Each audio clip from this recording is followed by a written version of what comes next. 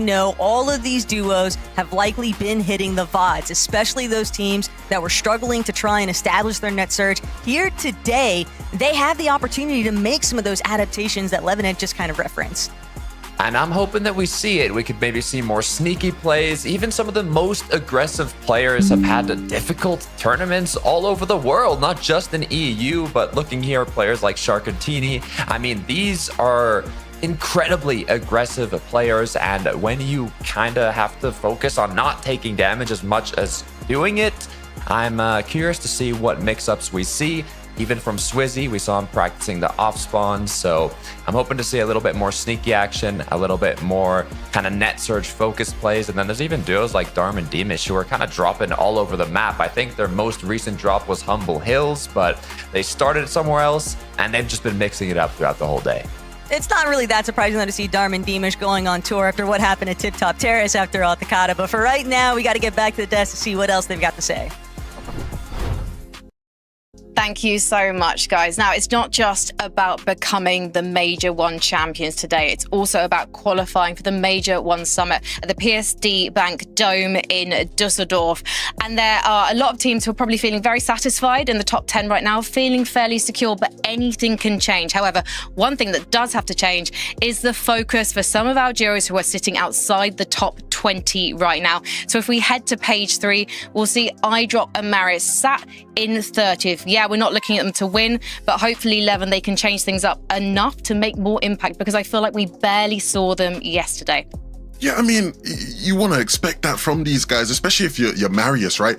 Right now, it's looking like a Danish FNCS. All the Danish players are all celebrating excitedly at the top of the leaderboard. Which one of us is going to win another FNCS? And you have to remember, Marius was obviously that first Danish player to break that barrier and do it. He obviously had a great global championships, a great year, and he's sort of just having to watch it, you know, from the outside. He's like that one Squidward meme, right? And so ultimately, you want to see Marius sort of step up. You want to see him take things into his own hands. But it's a tough situation for them, Mini, right? Going back and watching a lot of their games, they're just having a tough time at Latte. There's so many different teams that it felt like we're just sort of roughing them up all over the POI. Players coming in, camping buildings, players on the outside, you know, taking shots at them when they had less favorable buff paths, and their games just looked rough. And so hopefully they can sort of get a grip on things and figure things out. But ultimately, you know, I reckon they're going to be in for another tough day. Yeah, I mean, it could have been even worse for them as well. They had 4th place in that last game, which was when that zone, of course, pulled all the way up to Latte. So they could have been in much worse situation. But thankfully for them, they clutched up there. So hopefully they can bring that momentum into today. And hopefully so can Akira and Karama, our gentlemates, French representatives. They're definitely going to be disappointed with yesterday's performance. Everything seemed to be going wrong for these guys. But there was a good reason for that, Mini Miner. Yeah, after game number 3, they were surprise contested by Serena and Pixovsky down towards the south of that frigid fortress area that they were landing. And that really makes things difficult, Levin. When you are sort of, you know, a team of this caliber, a team that everyone's expecting to do well, then you start going down off spawn, you start having some troubles, then leaving that drop spot. It just changes things up so much. So now for a team that a lot of people would have expected to be in the top 10, maybe even the top 5, they're looking at just about hopefully making it into the top 20. Yeah, it's really hard for them in that situation, especially because there were some games where like they lost the off spawn, but one of them would survive. And so you have the ability to revive your teammate, but we know how hard it can be when you're landing at a spot that's central to then have to completely switch up your idea about how you're going to play the game and recover the game. It's not going to be easy for them, but, you know, we'll have to see if they even stay contested, right? Because, you know, the team ended up leaving some of the last games. So they'll definitely be hoping that they can survive. I mean, I'm looking at this final page, Frankie, and I mean, it's hard to look at one of the teams here for sure. I'm gonna try and be optimistic about this. Could we see a historical performance for the ages from Swizzy and Pixie? Attacker said they have been practicing their off-spawn. They were looking for volunteers yesterday at 11. Is it too late for these guys to make it to LAN?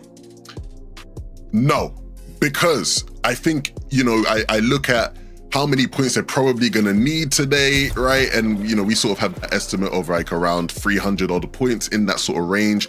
Can these guys sort of average, you know, 60 points per game over the course of 5 games? I think they probably could, Mini. It's going to take a lot though, because they really struggled off spawn here at Dark Dominion. Even when they weren't having problems with Truly, they were having problems here underneath the POI with teams sort of rotating in. You can see them getting snuck up on. You had Hydro and Kaito for 9 and Moneymaker constantly sneaking in the tunnels and stealing some of their loot from underground and just sandwiching them in. It was really rough and really nasty at times. I don't know what to expect at all because I don't see what changes unless they just leave. Yeah, well, now they have the context of what happened in day one. Hopefully they can sort of learn from that, right? They're two very good players. You'd expect them to be winning those fights, but, you know, it's going to be difficult for them. It's not easy at all.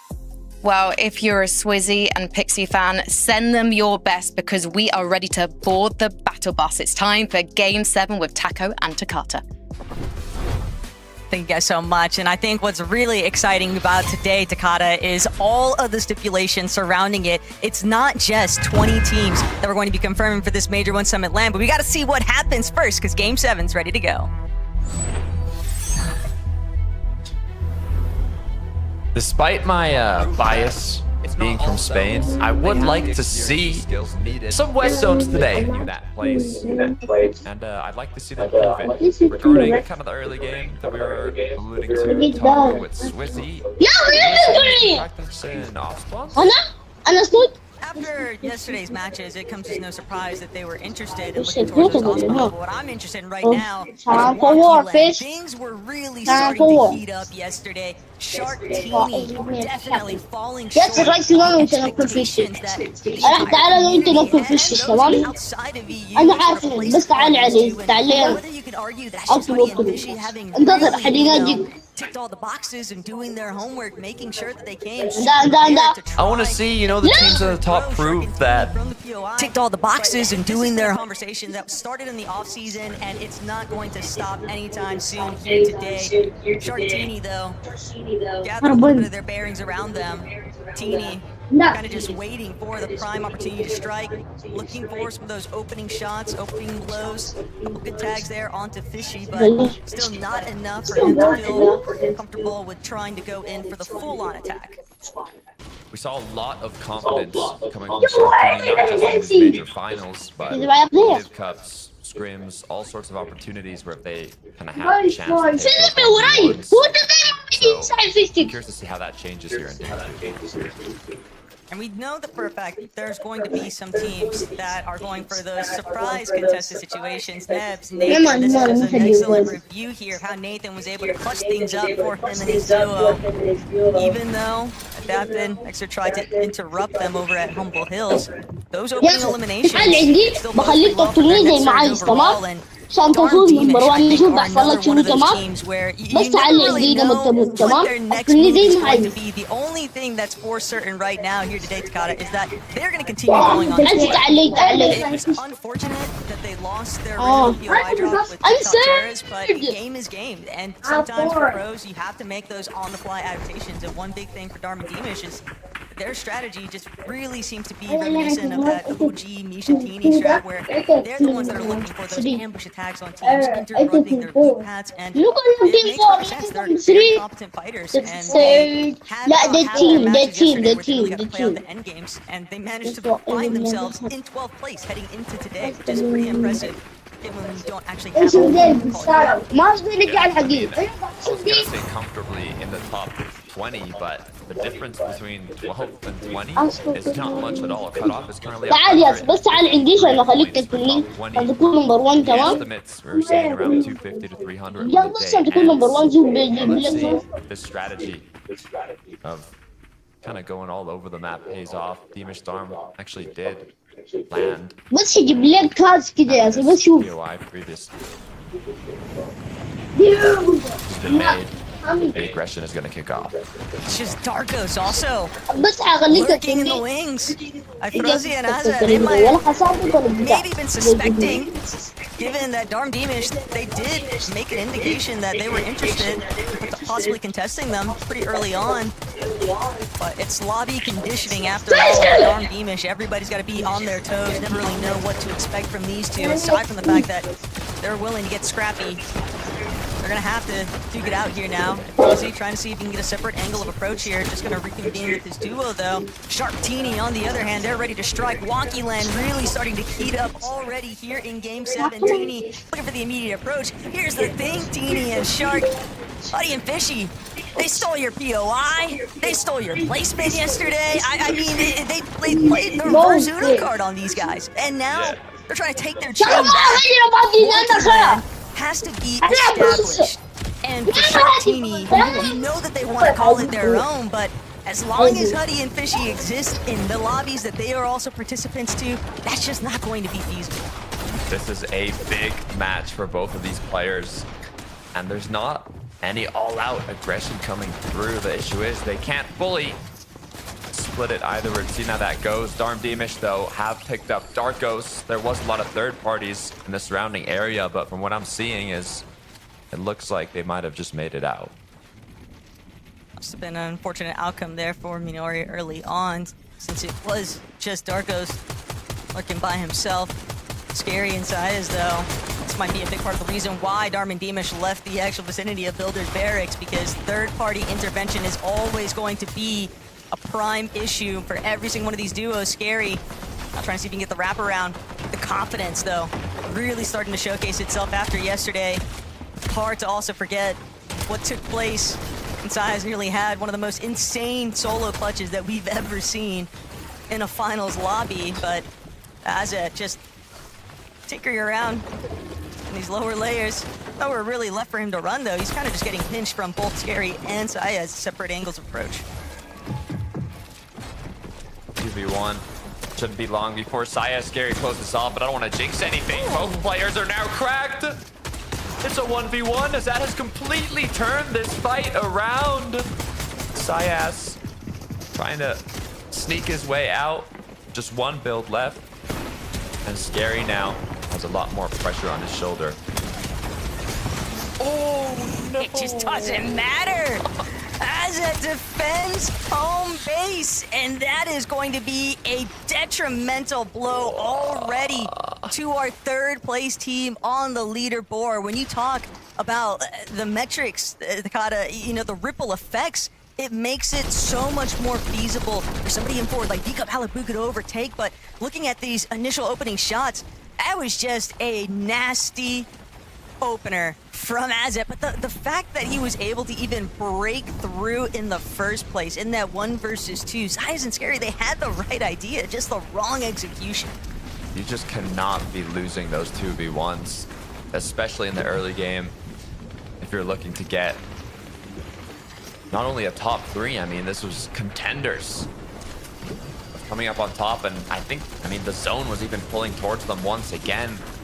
So much confidence after day 1, the performance of their lives, and now a rough start to day 2. Hopefully they can just forget about it and move on. They still have 5 more matches today. Sharktini's still here in Wonky Land.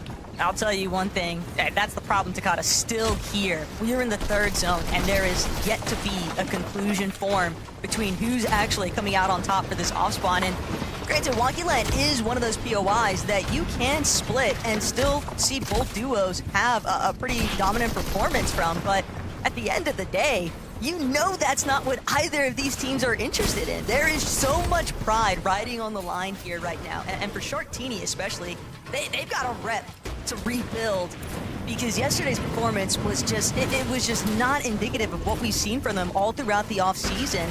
And here in this Grand Finals lobby, day 2, it'd be your best chance to get a little recovery tour going, and now they've kind of overstayed their welcome. They're making themselves a little bit more susceptible even to potentially getting third party. I mean, you have to remember, there's still Quek and Mydro over by Toy Box Docks that could decide to mosey on over once they hear some of those shots starting to ring out, and it's very believable that other teams would be drawn to the area.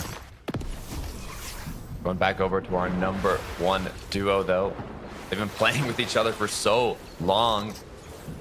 And as Minnie was saying on the desk earlier, one thing to highlight from Sky and Scroll is they weren't as far as possible, as far as you can be from the zone, but they weren't pulling every zone either. And they still only had 1 match outside of the top 10 throughout the whole day. So we can expect to see them keep that consistency up. Honestly, no matter where the zone goes. I guess if we got like all North Zone pulls today, it could look a little difficult, but Pico Malabuka I'm happy to see them in 4th place. They had a interesting time in heats, but seeing them here in set lobbies with the best of the best, it's what they're comfortable performing in. You might be happy to see them in 4th, but knowing Vika Malabuka, that is most definitely not the same sentiment that they're going to be sharing here today, Takata. They are looking to really see if they can make some big leaps to play catch-up with Sky and Scroll, but Flixie Chap, another one of those teams that you can 100% expect to not be content with their current placement on the leaderboard. They are trying to go up, up, up, and I mean, starting off over uncontested at Storm Station, it's a very northbound position.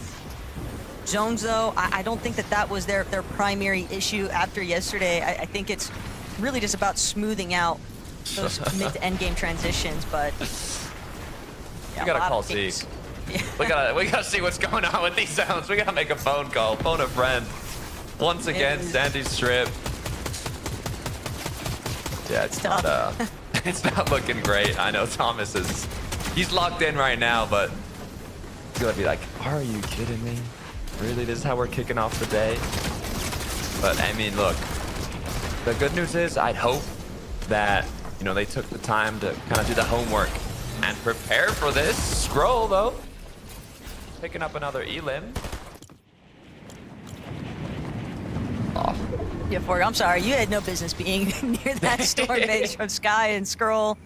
That is... That is actually wicked work there, though. Sky Scroll not going to complain about 4 additional elimination points here. Yapko Panzer, a team that is just inside that top 20 threshold currently, but obviously there's more at stake than just that LAN qualification spot for the Major 1 Summit. Everybody wants to also earn as much prizing as they can from this Major 1 Grand Finals, and for Yapko and Panzer, they're content to just stay a little bit tucked away from the rest of the commotion, but Shark Teeny, time to get a move on. Trying to block off shots best they can. 251 above right now. So, both teams will at least leave intact from Wonky Land.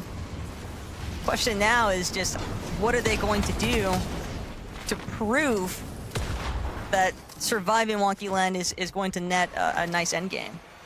Thing is, yeah, it's more than just winning Wonky Land, right? It's a POI where you can rotate late out of. You have incredibly good, you know, rotation opportunities with the Wonky Wheel, low missed overdrive combo.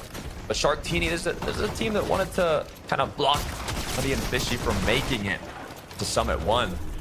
And after finishing 21st day 1, now I think they're just focused on kind of cementing themselves in a better place on the leaderboard. But speak of Huddy and Fishy, both players now have gone down. And it's Vico Malabuka. They're gonna be the ones to shut them out. Malabuka and Vika, I mean, hey, you encroach upon their territory over at Frigid Fortress. You're bound to get a little bit of a bite back here. Panzer, though, seeing him and Yapko in this dire straight position. Ju trying to do what he can. Likely low on surge. Panzer also going to fall below, and it doesn't matter. Katri and Ju are going to be able to solidify that last elimination there, but I thought that they were going to be able to avoid most of the traffic. It's just the way that Xi and Chris Bluka seemingly snuck up on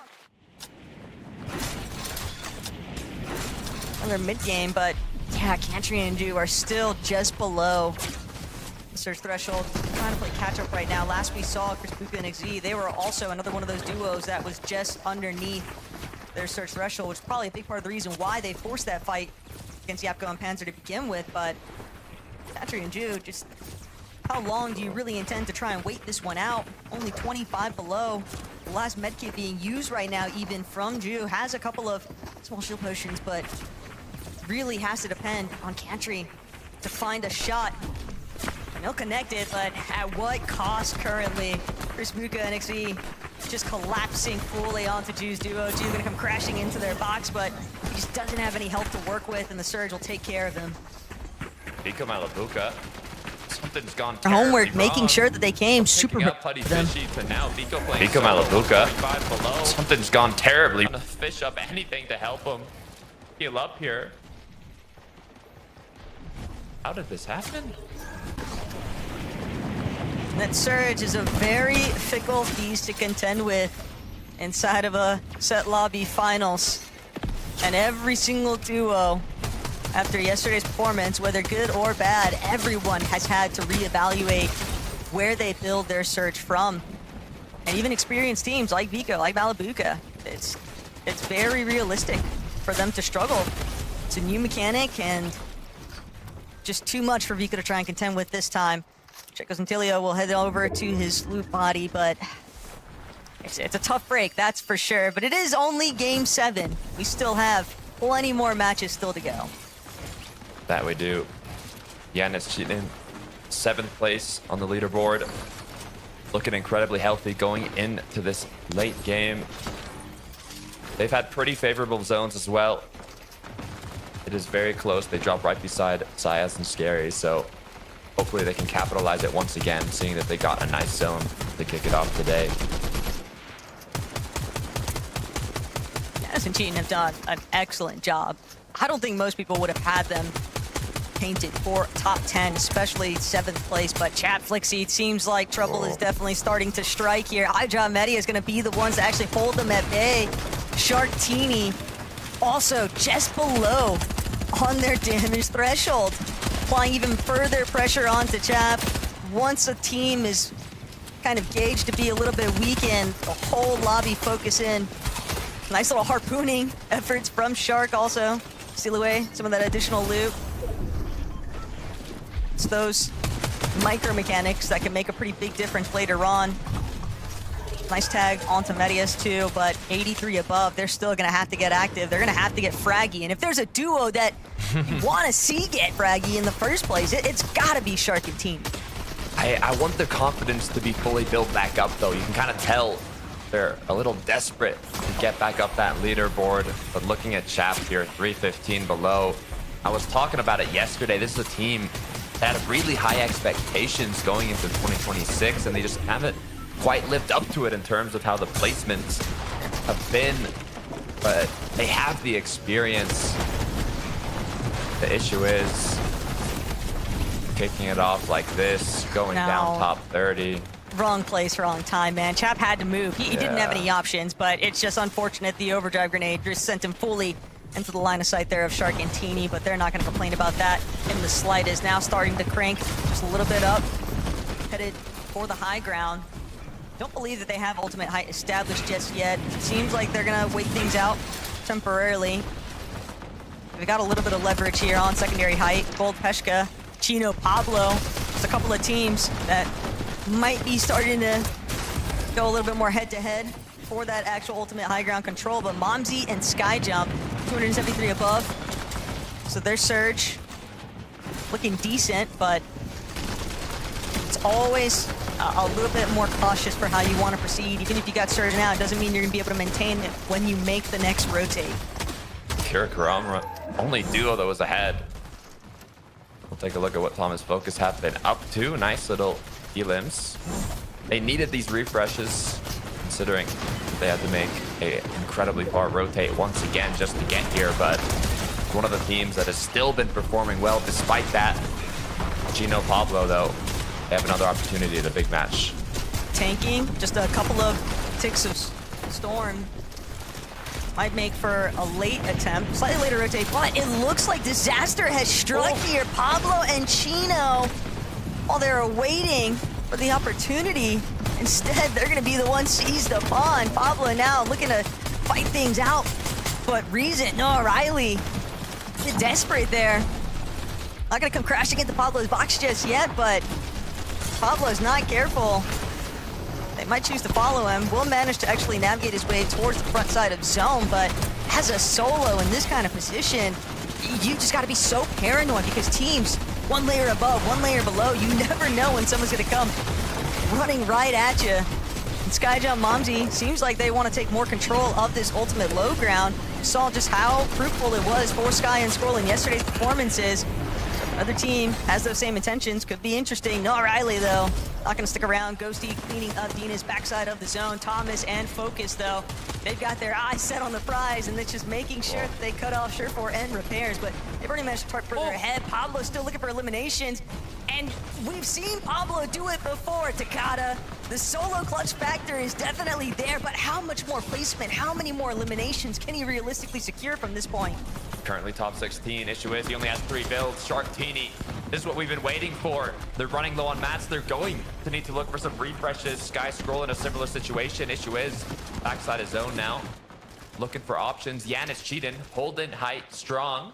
So far, no teams have contested them, but it looks like Shark has gone down. Teeny is left all alone. Pablo still able to clutch this up, gets a nice refresh, and now has a chance to continue forwards. The branches, man, just stopping him in his tracks. Teeny also going to be brought to a fall. Thomas and Focus now waiting. Solo, but he's looking. He's just trying to dance around the lobby. He's fist buying him a little bit of time, making him a slightly more difficult target to try and track down. But Sky, the fact that he hasn't received any damage just yet, looking to get a big shot onto Nebs, doesn't actually get the full knock though, just takes out his shields. He is not healthy on the low ground, but Thomas and Focus, they find Sky.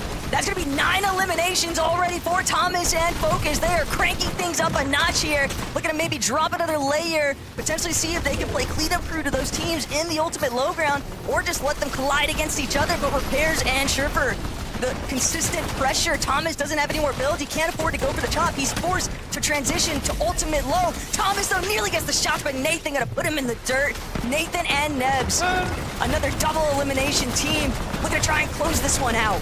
Almost at 100 points in a single match, but the issue is his teammate is down. Cringe now, trying to see if he can continue his momentum from when he kicked things off yesterday in game 1, but he is gonna go down. Surefour's gonna be the first one to drop. Repairs still applying pressure from overhead. They've just got to track down Nathan, but he can't withstand the storm. Surefour and Repairs finding their first victory royale of the weekend here in Game 7. That height at the end was getting chaotic. Thomas HD focused. They were looking for it. Jeet and Janice could not hold on for long enough, but somehow Repairs, sure, they got the job done. They took it at the right moment. Desk, I need you to break that down for me.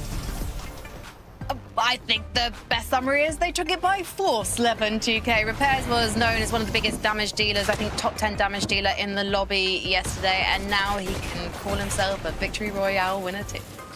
Yeah, look, I want to give these guys a lot of credit, but I also want to take a moment to give praise to one of my personal favorite analysts in Fortnite, and that's Coach Harry. He was on the broadcast for Reload, right? I spoke to Coach Harry before Grants and I asked him, who's your surprise team? Who's the underrated team that you really rate? And he said, I see Surefour and Repairs getting a top 10 this weekend and surprising a lot of people. I think he even said as far as like he could see them even sneaking towards a close to top 5 position, something mad like that. And I sort of looked at him and I went, I don't know about that one, but I think this is exactly what he was seeing in the replays that I think a lot of people weren't seeing, is their ability, Mini, to have games just like this one. Well, he might just be absolutely right, because on the start of the day, they started in 11th place, and that win is surely going to boost them way up in the standings. Can't wait to see where they are right now. But a really nicely closed out endgame right here. We had a little bit of a sort of UK battle down on low ground with Nevs and Nathan against Twy and Cringe. And what they did really well here was just stayed up above Walds. All those guys fought it out down below. Surefour, really nice elimination right there onto Cringe just to go down. And what I like here as well, Repairs was just staying up on top, almost securing the win while Surefour was taking them out in Storm. So really nicely played from these guys. Hopefully a sign of more things to come. And of course, as the caster said, it's their first win. So let's see if they can keep that momentum going. Yeah, looking nice and clean from these guys. So let's see what they can do in the next 5 games. We will be back in a few minutes though, gang, because we need to take a short break. When we come back, more about game number 7.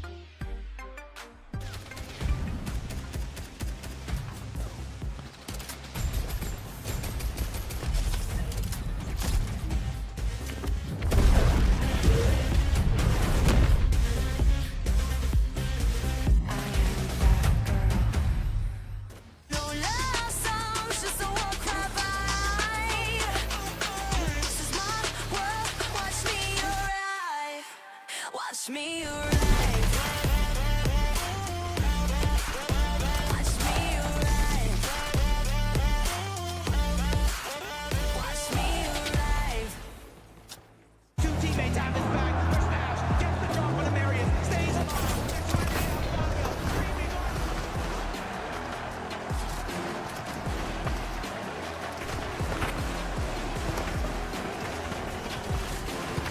Be wrong. I'm picking up.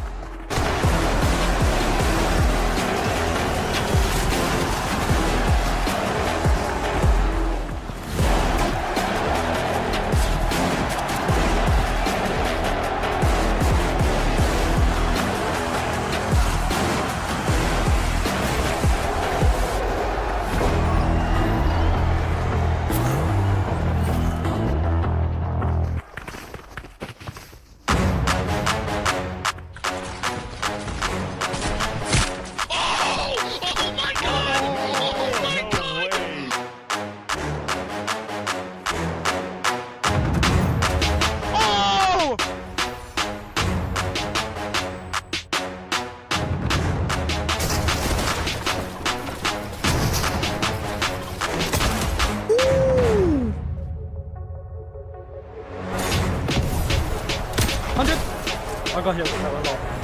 I'm popping a medbit. Wait, short. Got 6 builds. No, maxed up. Wait, if you're mid, wait. 100! 100! Oh my god! Oh my god! And I don't know how to feel about it. You're not used to losing. Getting beaten? Not like this! These players are just so locked in. Could it be the milk? Mm-hmm.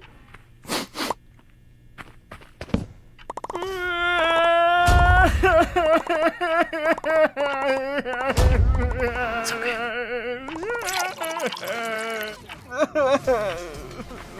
Stay there.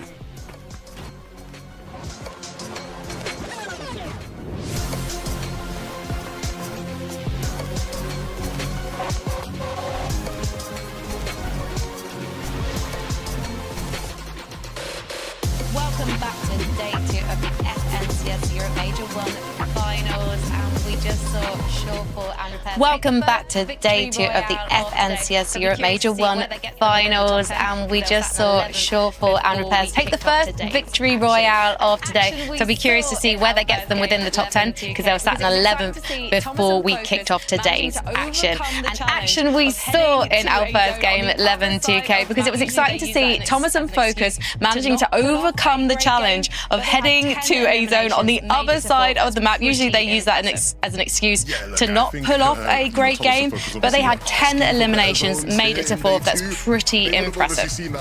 Yeah, look, I think, Thomas and Focus obviously were asking for better zones here in day 2. They would have obviously seen that zone many and gone, all right, we're not going to get our better zones. We just got to do this ourselves. We got to put our tournament in our own hands. And the one thing I said about these guys yesterday was that you're not going to be more consistent than Sky and Scroll, and so how can you beat them? You have to out-frag them, and the way they came into this game, they were hitting shots. They were looking to be aggressive. They picked up a double-digit elim gain. Those are the types of games they need to keep having if they have any chance of catching up to first place. Yeah, 10 eliminations is absolutely huge. 4th place in that game. Sky and Scroll had a 7th place with 4 eliminations. So they've actually beaten them in that game, which is absolutely huge for them. And I think it's kind of unfortunate for Thomas and Focus, because if it wasn't that Sky and Scroll were actually so good, I actually took out Sky there, of course, as well. If it wasn't that Sky and Scroll were so good, they'd probably be on track to win this FNCS, because when you look at the teams above them in terms of Chino and Pablo, they've had fortunate zones. So it's like they haven't necessarily proved themselves as well when it comes to further zones. It's just really unfortunate for them that Sky and Scroll are just doing so well at the moment. Things can change though, and if that first game's anything to go by, they did better than them. So how's things going to change out the rest of the game? Yeah, what did go wrong for Sky and Scroll in that last game, Mini Minor? They made it. They made an appearance in the end game. Is it just like a resource situation? Yeah, everything was looking good. I mean, we saw it in the mid game. We saw them inside of the storm, like I sort of talked about previously. Ultimately, Scroll went down, and usually it is Scroll that's been most successful with these solo clutches, Levin. It was left to Sky. He had no materials, couldn't find his way around, and I think probably this duo would rather have Scroll in that situation, but a decent game nevertheless. Yeah, I think either one of them, I think is more than capable. I think we saw in the heats it was Sky that was solo clutching a bit more than Scroll, right? So I think either one of them is comfortable. Yeah. Ultimately, I don't think this is the worst game in the world for them. I think this is actually fine. Yeah, they couldn't find the win condition. Obviously, Sky is forced to solo clutch. It was a difficult zone to do so, especially with how Hype were playing it. But I think you'd still be happy with how that game played out, especially as far as Chino and Pablo are concerned, and Chino going down and maybe not having the best of games there. Yeah, what happened, Levin? We saw Pablo doing this classic solo clutch, but why did he end up in that situation? It was quite unfortunate. It was this rotation here. They were the last ones to go. And so there's people looking backside. Chino just gets sprayed out. Unfortunate, because the setup looks like what we had seen from them yesterday, where they're just looking like they're going to have another really good game and keep up with Sky and Scroll. But Pablo had to clutch up, and as though he is one of the better solo clutches in this lobby, you know, if you ask Destiny Jesus, he might tell you he's one of the best of all time. He wasn't quite able to salvage enough points, right, to really make it happen. And so still a good game from Pablo, able to stay up as long as he did. Chino, unfortunate to go down there. The timing on that rotation was really just what got them. Yeah, it sort of reminds me of their game 3 from yesterday when we had that wonky land pull. I could be wrong, but I'm pretty sure they went down in exactly the same way, and I'm pretty sure it was Chino in that exact same situation where they tried to use one of those overdrive grenades at the wrong time. They sort of got dropped down. Of course, they didn't take full damage, but they were just on show to the rest of the lobby that had already advanced forward. So I think there's a problem there that they're having. Hopefully they can fix it, though, and if they get different zones, maybe we'll see different plays from them, but still not the worst game of their maintains their squad. So. Well, let's take a look at the leaderboard again, because I want to see where Size and Scary, our Spanish duo, are, because Mini Miner, it wasn't a great game for them. I mean, it's amazing. It really speaks volumes of their performance yesterday, that they've only gone down one place because they had a horrible off-spawn. Well, it's their worst game. It is the first knock that we've seen from these guys, their first problem, and they went down here, Levin, in quite surprising fashion, especially considering how much we were hyping them up at the beginning of the day. Yeah, we were bigging them up for their fighting, and then they just allow Azat to isolate the 1v1, and he didn't miss the shots, and then Scary's on the back end. He tries to get, you know, Sayas back up, right? And they look for the revive in the mist, and Azat was not letting it happen. Jumps in the box, one pump, bang, back to the lobby for the Spaniards. A game to forget, but hopefully not a sign of what's to come. We saw them win a lot of those fights. Like that's just a fight that they would have won and cleaned up really quickly yesterday. A bad sign to start the day. I'm excited about it now, though, because it's like, sorry, Frankie, because it's like it's something we haven't seen from these guys yet this weekend. And you spoke about it at the beginning of the day 11. These guys want to make sure they're not going to be the anomaly. They're not going to be the team that fall off after day 1. So how are they going to react now? They haven't been in this situation before when we look at their entire careers, and they haven't been in this situation before when we look at just this weekend. So this is going to be a really exciting team to watch now.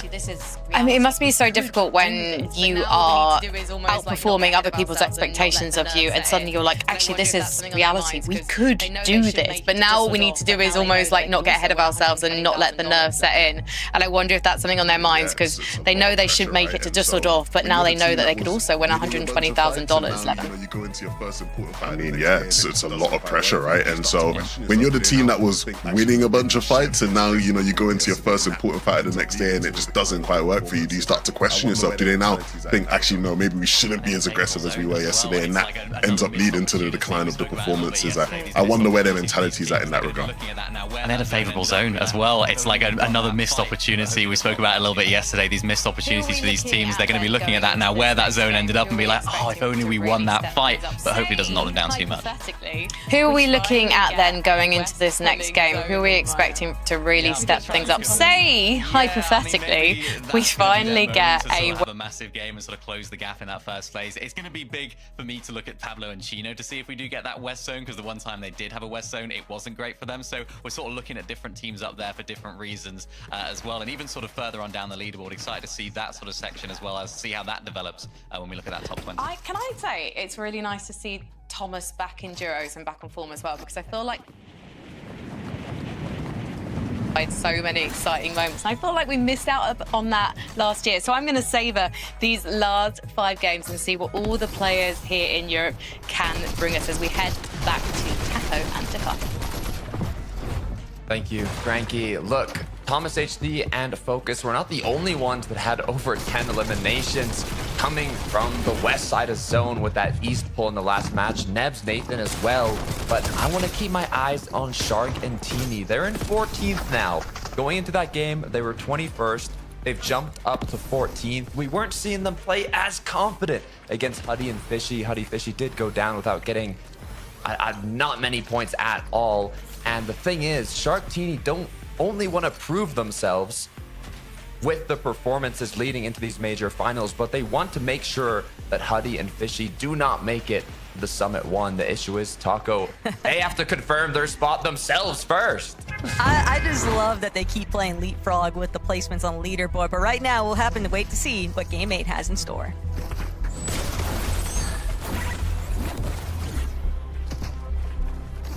And as you can expect, Takata, that fight over by Wonky, it is still going to be a very open-ended conversation, but there has been a lot of shuffling taking place around the map.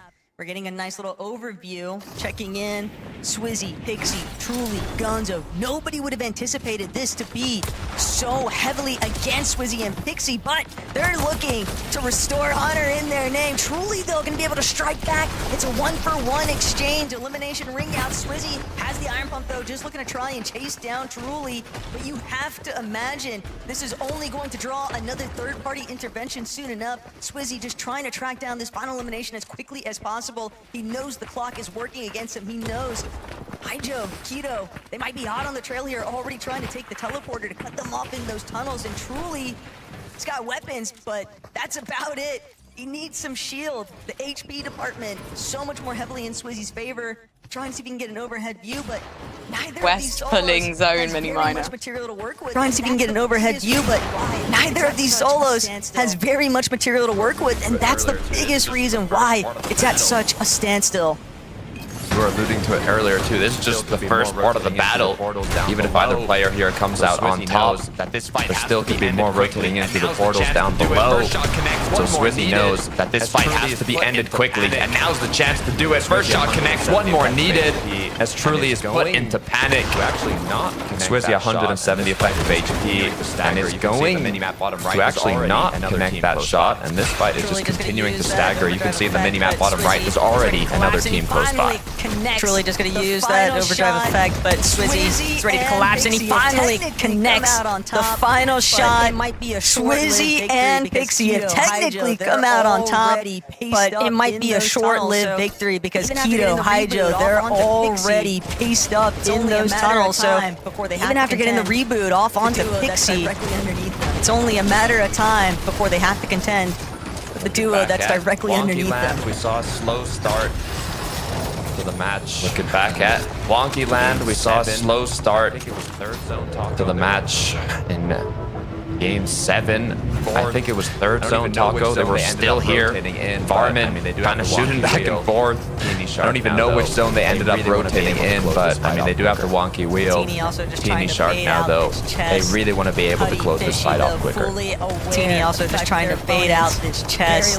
Huddy Fishy, though, fully aware of the fact that their opponents are very likely just slinking around Wonky Land, waiting for the perfect ambush. But Teeny, gotta be very cautious here because it's still a 2 versus 1 technically speaking. Shark can provide some support, but he's gotta be quick with it. Doesn't want to leave his teammate Teeny out by himself for too long, especially knowing that Twek is lingering too. But Nebs, Nathan, Humble Hills has been very active since secondary half of yesterday, and they've actually been eliminated. The surprise contest, not so much a surprise here in day 2 after all, but it's just a matter of fact that another leaderboard team taken out very early on. They had such a big game too. 11 eliminations, second place. We'll see if they can. What a devastating finish. On the other hand, if they can come back from that now. Chino Pablo on the other hand, also looking at quite a nice start to the day, and also looking as it seems start to the match with a quick elimination. Loses Pixie Alice over there. The overdrive grenade finish, but Swizzy loses Pixie one more time. The reboot did draw that extra company that was waiting underneath. Ijo, though, sent him to it's not a total panic, but it is a bit awkward here now. You would have anticipated they would have been in a much more favorable spot to try and take out both Swizzy and Pixie simultaneously. Instead, Swizzy, he's just playing like this is everything, because it is when you think about it. If they have such a daunting day ahead of them, Takata. They need so many points if they want to even try and consider top 20. So these eliminations that Swizzy's able to collect, they're going to need so many more of them, along with some strong placements inset lobby finals. I don't want to call it impossible because we've seen crazy things happen before. Such an inset lobby finals, but it is just such an uphill battle for those two to try and make it back for the LAN contention. It's about like 50 points a game. The estimate's 250 to 300 points. 5 end Levin was speaking about it. We said the estimate's 250 to 300 points. So 5 end games, but what we mean by an end game to top 5 with 4 eliminations. So well, I mean, we getting that 5 out of 6 games today. Kind of got to step it up a little bit. Well, I mean, we already had game 1, so they've already kind of got to step it up a little bit. But already continued with a long road ahead of them for Sky and Squirrel on the other end. They've already continued with the consistency. The only thing that can danger them is if the other duos elimination matches kind of top 3 range continue to get very high elimination matches, but it's just going to be so difficult to beat Sky and Squirrel's consistency. When the Major One Summit LAN does happen, I'm just not over the fact of thinking that there is, when the Major One Summit LAN does happen in Dusseldorf, we're not going to see there is from our a very realistic possibility. We're not going to see anyone from our global championship trio heartbreaking to participate in it, especially for obviously the global championship individuals. Heartbreaking to an extent, especially for obviously the global championship focus individuals, but they're just trying to see new era in EU. That's for sure. Focus Thomas. Those types of games. They're just trying to see if they can replicate some of that Game 7 success. They're going to need those types of games to stack up here. They want to see if they can overthrow Sky and Scroll after their Game 1 performances yesterday. Eliminations on the Huddy Fishy in the last match. They've already kicked it off. They found 2 as well. Some eliminations on the Huddy Fishy in the last match when they rotated through. They've already kicked it off with 2 as well.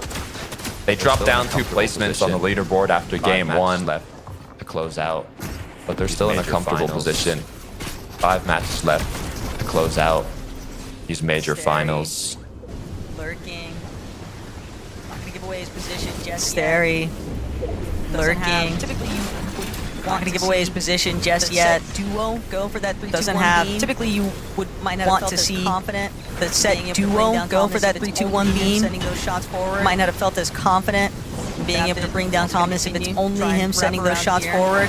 Meet up with Dexterity, but adapted. Also going to continue try and wrap around here. Might even meet up with Dexterity, but get overhead. The opportunity might have just missed them, and now it's not just the surge base, it's eliminations, and that is look back though into what Sky and Scroll are getting up to. It's not just the surge base, it's eliminations, and that is a very big blow to achieve. By the way, I mean, Sky and Scroll are doing everything in their power to control their own destiny at this point. They really are. How far they've come so far, and I want to see them. They have no FNCS finals. How far they've come so far, and I want to see them. They have no FNCS finals titles, and not only win an FNCS, but also continue forwards to the Summit 1 LAN at Dusseldorf. A comment that Mini made earlier before we even kicked off the day. I know a comment that Mini made earlier before we even kicked off the day. One thing that they definitely love to do is that when he was going through some of the replays here with Sky and Scroll, one thing that they definitely love to do is commit to these Storm-sided plays where they'll spend a decent amount of time in Storm, really not getting a move on until 4th or 5th zone. And I mean, if it ain't broke, don't fix it. It's been working out for them wonderfully, and so they're able to still just keep tabs of their surge. There's no reason for them to try and thwart themselves in the process. Just trying to see what's going to be Skyjump and Momsy performance here today. Just trying to see what's going to be the catalyst for their performance here today. Everybody wants to know that they really got to try and find their rhythm soon enough. On the leaderboard. Everybody wants to make sure that they are at least within that top 20 on the leaderboard for the Summit LAN qual. Their worst match. Mini Miner brought it up. Coming from Sayas Scary, best performance, their worst match, and all their time playing coming Fortnite. From their best performance. We see a strong mental from them now. And all their time playing Fortnite, and see them continue. I'm just hoping we see a strong mental from them now. I mean, the pressure is on see them them. Continue. We don't want to see them drop down. Like we saw them yesterday. I mean, the pressure is on them. They keep up. We don't want to see them drop down. Thomas and Focus though. Moving quickly. They keep up. See them pushing up the way they started today. we can quickly it's looking like they're see them pushing up that top 3. Hey, even if the zones aren't in their And favor, so far, it's they've looking clearly like they're got other gonna continue. intentions for how to get the job done. Even if the zones aren't in their favor, they've clearly got other intentions for how to get the job done. 5-5 moving into the nice elimination there. Zones. Surefour and set them up 5-5-5 moving into the next couple of zones. Like Surefour and repairs though this weekend, Takata. Looking much more like a dark horse contender for this weekend, Takata. Especially after finding that Victor Royale in the last match. They've definitely set themselves into a pretty solid position here for the leaderboard overall. Now it's just about making sure that they continue to build on some of the points that they started to sort of gather up in that Game 7. Size and Scary, though, like to see them still being a little bit more reserved, switching things up. You know, maybe you came out a little bit too hot off the gate, right? Too excited for Game 7. Realize, okay, well, maybe we can get fraggy, but, you know, maybe the off-spawn surprise con isn't exactly where we want to hedge our bets. So I like a dead side zone. If they're just opting to fall back a little bit here, Sky Scroll, though, they're ready to make their move. It's going to be a dead side zone approach. They'll do their thing as we are still in wonky land. No limbs on the board, you can see. Sharktini has been pretty peaceful. No limbs on the board, you can see. It's been pretty peaceful here. They come through. I was mentioning in the last game, I think they're gonna decide to finally make their rotate come through. I was mentioning in the last game, Wonky is one of the POIs where you do have a bit of help in terms of rotating out with that wonky wheel, but I'm looking to see a big game from Shark and Teeny. I mean, you talked about Wonky Land being a splittable POI. We know they don't want to do it, but it seems like their focus right now is just kind of cementing themselves a good spot on the leaderboard before they start playing like we've seen them play throughout the season. Shark and Teeny actually cutting across over to Frozen Shard. Skyjump Mumsy steering the by, but take the rift. They're not going to wait. Other intentions aside from the wheel. Wonder if they even knew that Shakos and Tilio were actually waiting at the bottom of that Wonky Land wheel. Maybe that was a concern for them that they didn't.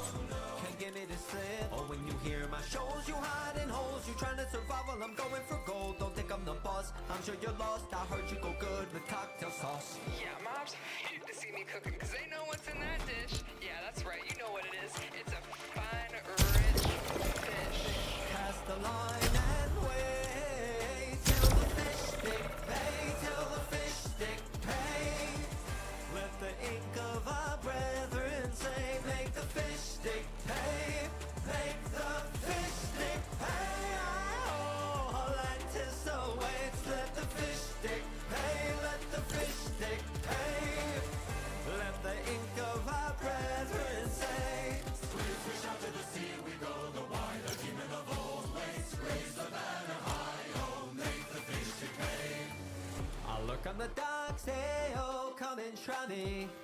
Blending with the rocks, oh, oh, you'll never find me. A pull of the rod, a snap of the beak, my tentacles tangle, wrap then squeeze. You ain't got a fix, I know your tricks. Catch me outside at 906. Fish in the net, squeezing with jet. Never forget, you know I can sweat. Hold your fins, a swan.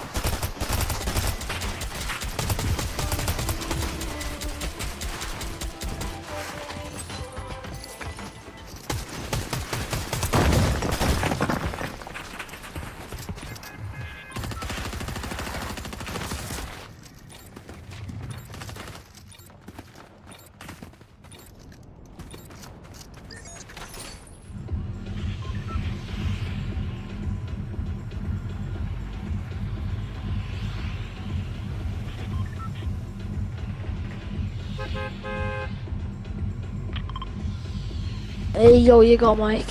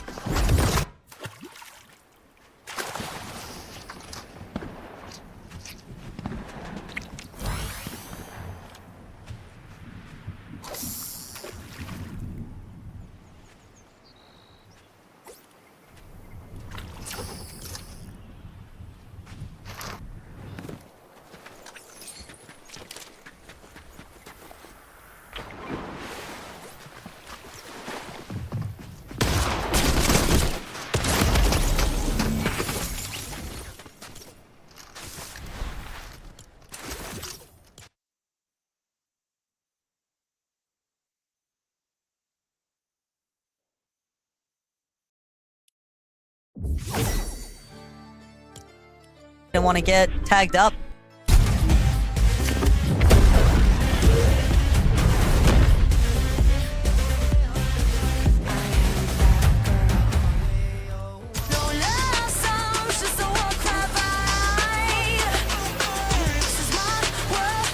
Calls me. I like seeing, you know, people get third place 4 limbs consistently game after game. But what I like more is seeing Shark and Teeny getting a win with 12 limbs. That is what we want to be seeing. Yeah, that's absolutely huge. I'm just looking at it's actually only their second top 10 overall over this weekend. They got 4th in the first game, and then it was, of course, that win right there. Absolutely huge for this team. Going to do them wonders in terms of the leaderboard, but also in terms of their confidence as well, just proving that they are here to play. They would have fixed a couple of those mistakes maybe from yesterday, those mid-game off-spawn sort of situations that they found themselves in. And I think the height take just individually was really, really impressive. I was really excited when these guys went up. We were sort of excited in the back, and the way that they went and took height, I think we might not get to see it, but it's I love the way that they went about it.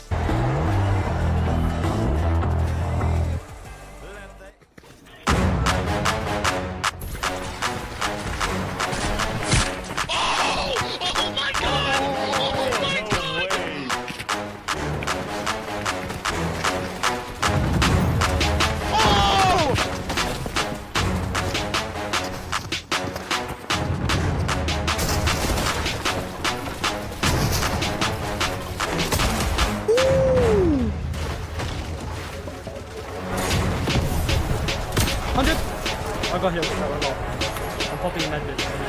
Wait, sure. Got 6 builds? No. Wait, if you're mid play. 100! 100! Oh my god! No! Oh my god! Oh my god! And I don't know how to feel about it. You're not used to losing. Getting beaten? Not like this! These players are just so locked in. Could it be the milk?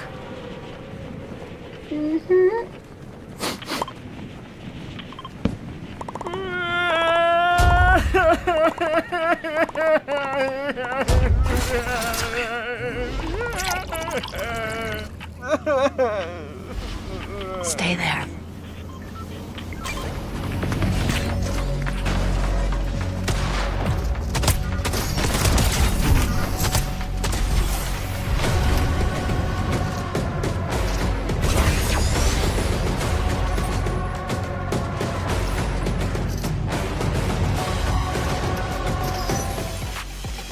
Welcome back to FNCS Europe. It's the Major 1 finals, and there's just 4 more games until we crown our first winners of the year. And Levin, it's really heating up on the leaderboard right now, and there's one duo who remain confident as ever, and that is Sky and Scroll. They have the highest limbs and highest average placement as well. So this is a team that's not just playing it safe. No, and they, again, continue to showcase the issue that anyone else in this lobby is going to have when trying to catch up with the mini. How do you stop a team that is just going to keep getting these top 5s, keep getting deep into these endgames, and in many cases now as well, are going to be out-fragging you in these endgames as well, right? This game was a second place 8-LM game where, you know, what do you do to catch up? I mean, it is so difficult. They just really have a lock on the low ground. Nobody seems to be able to play it better than them right now in EU, and I don't see that changing in the next 4 games. It's really nice to see them playing the low ground so well as well. It's nice to see a team have an identity. I feel like it's not something that we've associated with teams necessarily previously as much, or at least not as obviously as we can see right here with Sky and Scroll. And you're absolutely right. I mean, it's so difficult to catch up to them because they're just covering all bases so well. They're finding eliminations whilst being super consistent. And for teams that are trying to catch them up, Chino and Pablo, Focus and TomatoHead, what do you actually do? Of course, weren't able to win this game, but again, another unfavorable zone. Maybe our hair will be grey by the time we get a West zone this weekend, but it's just going to be unstoppable for them. And they've nearly sort of brought back that sort of 90-point gap as well. What is that? Is that like 84 points? Unbelievable right now. Yeah, it's absolutely unbelievable from these guys. It's 82 points, I believe, if I've done the maths right.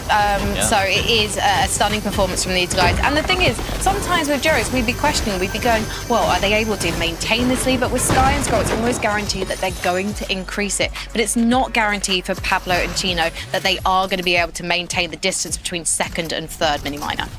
Yeah, they've still been doing very good though. I mean, it's it's a nice end game for them. They managed to pick up a couple of eliminations here as well. Again, the zone right on their drop spot at Sandy Strip, of course. But this is exactly what we expect to see from these guys, taking advantage of these zones. Because yes, I'm sure we will get a different sort of zone soon, but they need to make the most of it when they're still getting the zones right now, and they did so very well here. Yeah, I mean, somebody clearly out there really wants us to have a close finish here in some degree, right? Because these guys are going to continue to get those beneficial zones, but they play them well. And so I know people will banter them and say, oh, you guys had all the zones, whatever. They're playing them well. There's other players who are getting favorable zones, ain't doing anything similar to what these guys are able to produce. And Sure4 and Repairs, it almost looked like they were going to reproduce a Victory Royale, Levin. I'm so impressed by the way that these guys are stepping things up on day 2. Absolutely. Again, the theme of this season has been what? It's been these newer names, these newer talents, people who you maybe weren't expecting to pop off and showcase what they can do. And I think these guys exemplify that excellently, right? This moment here between Chino and Repairs, it was like, who's going to get the jump? You usually expect the person with the right-hand peak there to win, but Repairs, again, showcasing just why they have been so formidable across these 2 days so far. I'm very excited.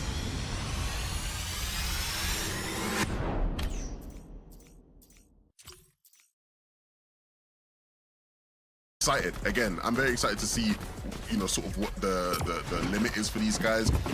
At the end of the day, we're going to expect to see these guys at this point now make it to the summit land. Will they be able to replicate this performance and surprising the best players in other regions over the course of those games? Well, listen, it's time for Let's Watch, because Swizzy and Pixie, they made it to a couple of end games now back to back. The question is, were they good enough end games to move them substantially up the leaderboard? They've not made it into the top 20 yet, but on page 3, you can see them there up a whopping 14 places, 25. Now, Düsseldorf is looking like a reality, Levin. Yes, and this is the thing.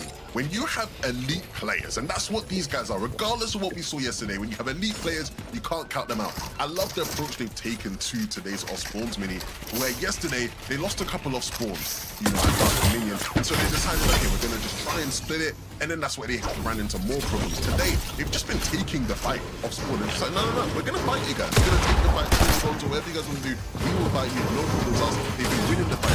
Even in that last game, right? They ended up with what? A really good game where the start of the game was actually rough because they had to reboot Pixie, then when Pixie gets rebooted, other teams come in, fight them, Pixie goes down again, he gets rebooted again, and they're still able to have a good game. And so that shows you that they've come into today completely changed, completely renewed, and they're going to be a threat for the rest of the day. Who's coaching these guys? Not sure, can't remember. They need like a motivational voice in their ear to remind them they are literally the #1 and #2 placing players at the Global Championships from last year. Because mini-mines, sometimes I'm thinking maybe it's just their confidence that's not there. They just need a reminder of the fact that they're 2 of the best packers in Europe. Yeah, potentially. I think day 1 yesterday was a big shock for them. And what I've always said in Fortnite is the best teams will play well on day 1, but the better teams will follow and do even better on day 2. And that's what these guys are sort of epitomizing right now. You can see them. They went back in replays last night. They looked at what went wrong. They didn't try to change too much on day 1. They tried to stick to their guns. Didn't work out. Now today things have shifted.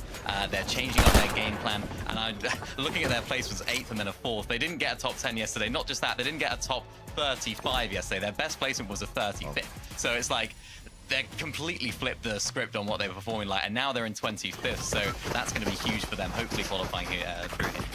I'd like to say the only way is up, but nothing is guaranteed in Fortnite. Let's head over to Taco and Takata for game number 9.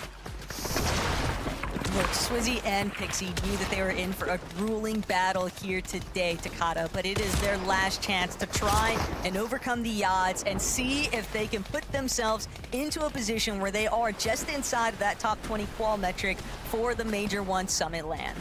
Yep, game 1, they got 48 points. Game 2, they got 76 points. And what they needed today was an average of 50 points every single game. Now, if they get very big point games, obviously that average can go down. Having a 76-point game in the 8th match, I'm liking how things are looking, but it can change depending on how that off spawn goes. But for Shark and Teeny, it is looking brighter and brighter. A massive win, 12 eliminations. Let's see if that changes the confidence for them in the early game.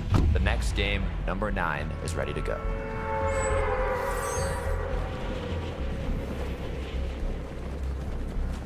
Just general overview right now. You can see the bus path sending downwards. Wonky Land. While we haven't seen that immediate 50-50 off spawn so far here today, with Shark and Teeny's last Victory Royale in game number 8, it would not surprise me in the slightest to see them maybe offer a little bit more aggression earlier on, but for right now, northern direction for Teeny. He's actually opted to take control of this like little castle area just north of the BOI, and Shark also a little bit deeper north. Maybe their concern is, we saw Duet kind of poking his head on over from Wonky from Toy Box Talk, so that could be a big part of the reason why. But Swizzy, 1 elimination already, and we get a chance to revisit what went wrong here for Truly. Just a really proactive Elan there out of Swizzy, and like the desk already touched on, they just decided, you know what, so they're actually just start throwing punches, and I feel like for Truly and Gonzo, they're just like, wait, hold up, timeout, when did you guys start punching back? Yeah, it's already 4 teams though at Dark Dominion, so we'll see how it continues as Nebs and Nathan had a very big game to kick off the day, but then fell short in the next match, 47th place, and now we're here.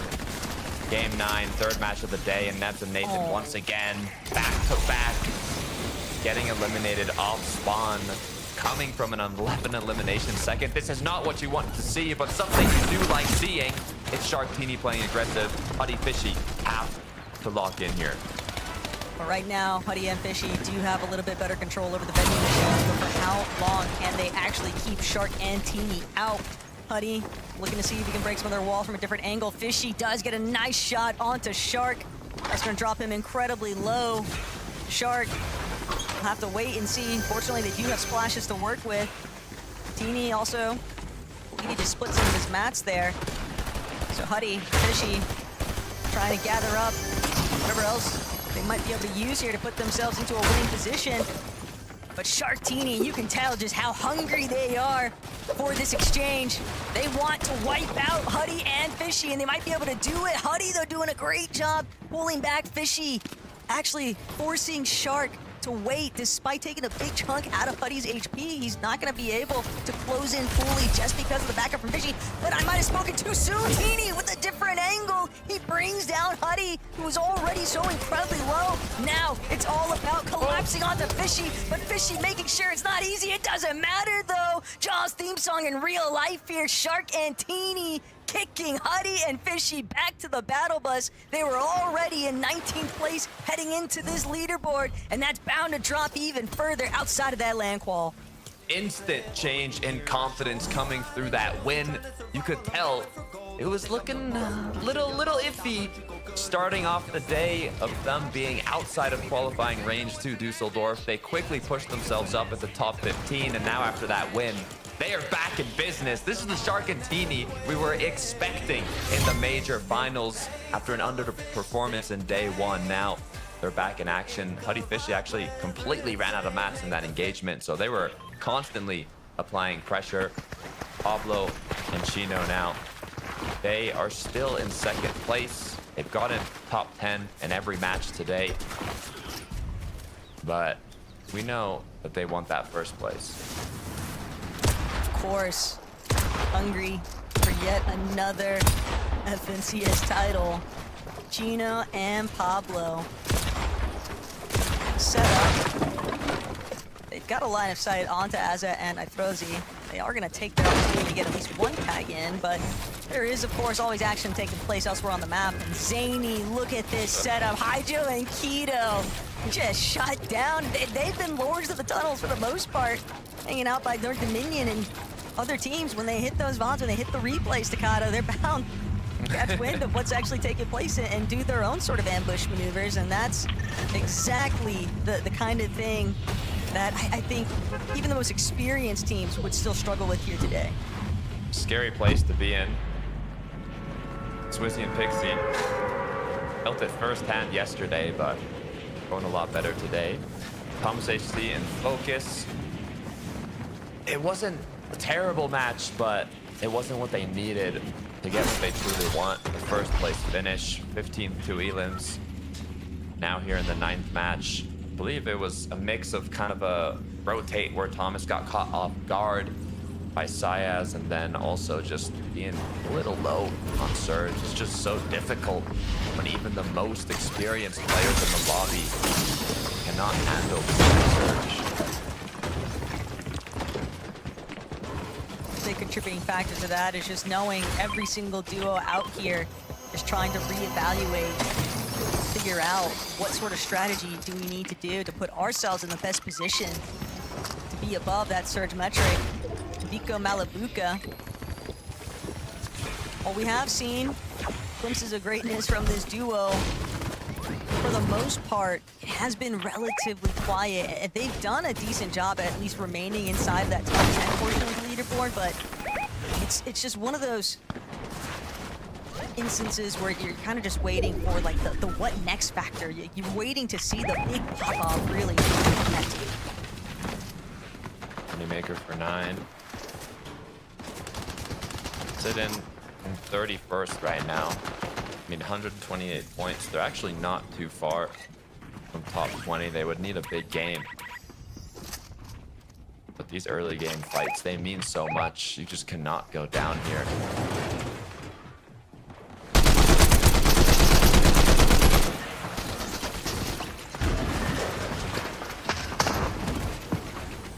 Faded and Khan. Not sure if the intention was to go for an ambush here against iDrop and Medius. But iDrop and Medius have been pretty much uncon ad latte this entire series so far. And after the day 1 performance didn't exactly go how they would have pictured it or preferred it to, I'm almost much more inclined to believe that there's going to be duos like Khan and whatnot that opt to maybe try and throw themselves into Latte's potential area to contest. Teamish Darm, though, doing more of the same of what they've been after. Started the first couple of lobbies here today, checking out the eastern section of the map, and now they're back out west. Pretty familiar sightseeing, though, for these two, given that their original starting point had been to Top Terrace once upon a time before have shifted a bit, and now, without a set drop, they're really just, I wouldn't call them scavengers, because I do think that they do a pretty solid job at cleaning up the teams that they fight and extending their own positions for rotations and whatnot in a game, but it is scary when you have a team that's just vaguely rolling around the map and you're not really sure where they're going to be next. I'm kind of wondering why they switched, though. They got 5th place, 8 elims in the last match, 6 elims, 15 in the match before that. Like, it's not like it was going too bad against Zotan and Cozy, but, you know, they're just continuing with their rhythm, so we'll see how it does play out. I think they're both up right now, so it didn't go terribly wrong either. Kamihari, very rough start to the day. Currently in 18th place. They went down 29th, 25th. Not the matches they would have liked to see from this duo. We saw them have some pretty big ones yesterday.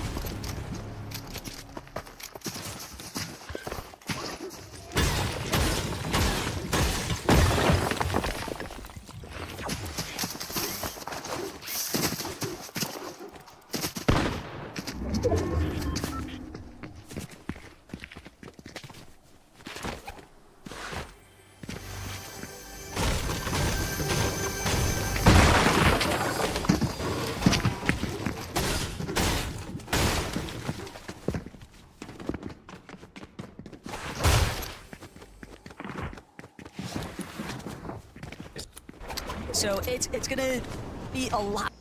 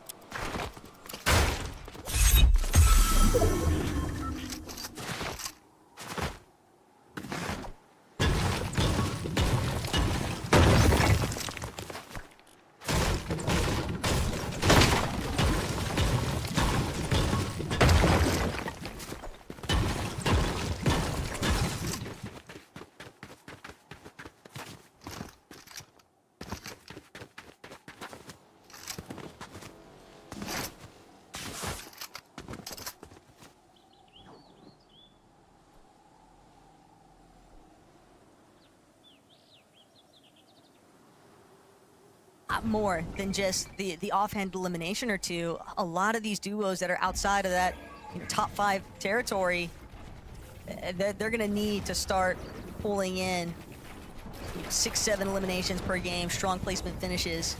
And it's always easier said than done, but for Pablo and Chino, this is... they are eating good right now at Sandy Strip. Yeah, they are having a great time. Almost too much. Like, what do we do with all this? We'll see how the zones end up closing out, but Thomas focus. It was a rough late game rotate. I'm glad to see the amount of damage they've got so far, though. See how they through Battle Royale. And again, kind of in the south side of the zone. It's crazy that there's still some goodies left over. Even though Sky and Scroll, that's their initial starting point, but makes sense. One duo can only carry so much.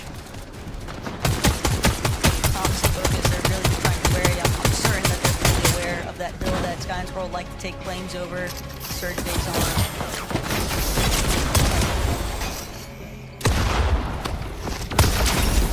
It's going to be difficult.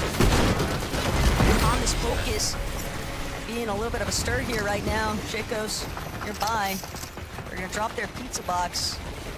Tom's going to carry some of those slices, but Focus definitely wanted to heal up a bit.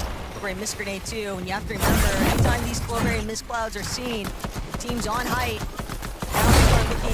trying to find pressure into those areas. Minori, he's not careful, he might get sandwiched in between Sharktini, Focus, Thomas, but so many teams collecting their own fair share of eliminations here, and Pablo making it look too easy, whereas no idea what happened next there. The pre-edit just too powerful. Pablo, they've gotten top 10 in the last few matches, but it's still not enough when you're competing against Sky Scroll. It's just so difficult to push them out of the first place spot. You mentioned it, Taco. Thomas HD Focus said, give us zones. We won't disappoint. Well, let's see it happen here. Sky and Scroll pick up an elimination. And now focus on making it towards zone. And with Sky Scroll applying that kind of pressure too, it puts out the warning signs for everybody else in the lobby. They start closing off their walls, they start boxing up, so that makes it feasible for them to just rotate so freely off that overdrive grenade. But look at the high ground. Swizzy, Pixie, they've actually managed to escalate themselves up. Cheat and Giannis, when it looked like it might be theirs for a moment, now they'll be forced to just sit in that secondary height position instead. But how much pressure can Swizzy and Pixie truly apply here? They've got their work cut out for them. Teeny, though, he's taking a tumble. Shark left as a solo here. Front side of zone at the very least, but still so much to deal with. So many other teams looking to try and cut him off along the way. Repairs also got cracked now. Sure, kind of figure out which way he even wants to go. They are not grouped up here, but a refresh is going to come through. Focus, though, has to be on getting to zone. Thomas HD and Focus. Good synergy here. Both players looking healthy. Issue is running low on match. They will need to pick up some eliminations shortly. Sky Scroll, though, still have good match. But you gotta be careful, Scroll, as he gets cracked. Is gonna be able to group up, though. Pizza put down, and now should be able to heal. That forced ball, that temporary time lost. That could be the seconds that make the difference. Pullback gonna help Shark out just a little bit here. Stuck inside of his own waiting to see who he can actually try and close in on. Repairs.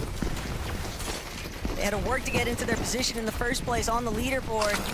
And now it's looking like this lobby might be working against them. But Shark knock onto Pablo.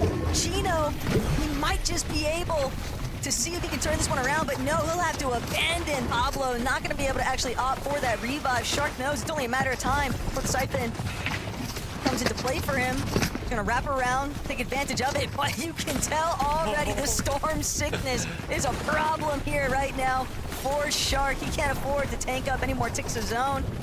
He's going to have to hope that Volko doesn't realize on the other side of the wall. He still has no materials left to work with.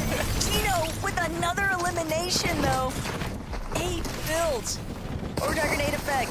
Only one left, though, for mobility. This is looking like a tough one to close out. A lot of solos. Pablo was forced to clutch it out in the last match. Now it's all up to Chino. He's got 3 on the board, but it looks like he's going to have to rotate up the hill. Has to break through builds. It's getting a little messy. Down below, will he be able to We've seen your solo clutch potential. You now have another shot to do it. Just lurking around. He is going to find a big shot that's going to connect all of those goodies in ultimate low here. It's familiar territory, but look at Swizzy and Pixie. We knew they needed to have a monumental day here, and they are making sure to do everything in their power to find it. Malabuka, Vico, also another team looking to try and see the hit off Sky. Pressure from above, pressure from below, and Sky Scroll, they are out of this one, but Chino still trekking through, still breaking all of these pre-existing builds.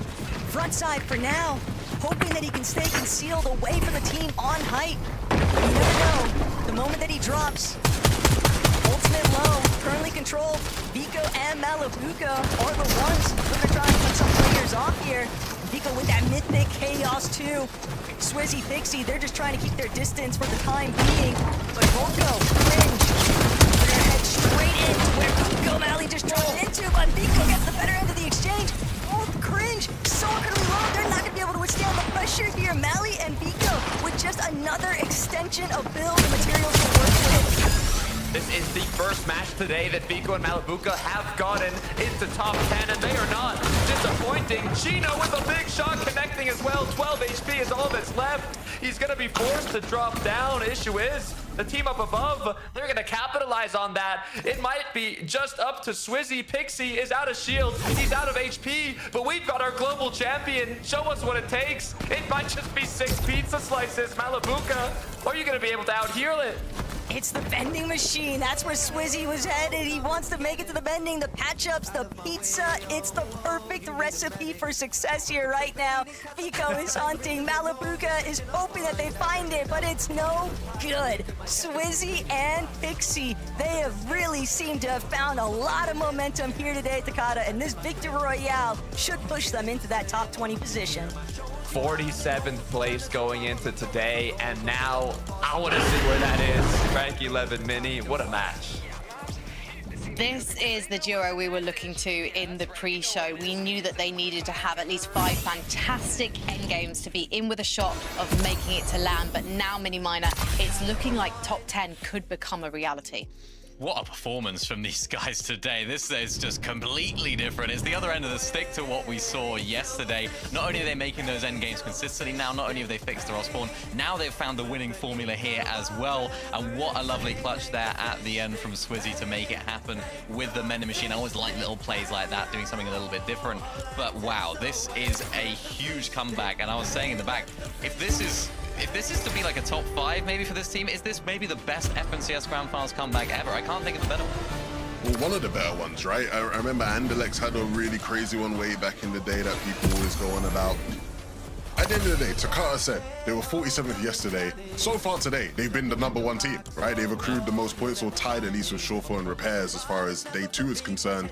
And the reality is that is the type of turnaround they needed to have with how terribly things were looking for them as far as summer qualification goes.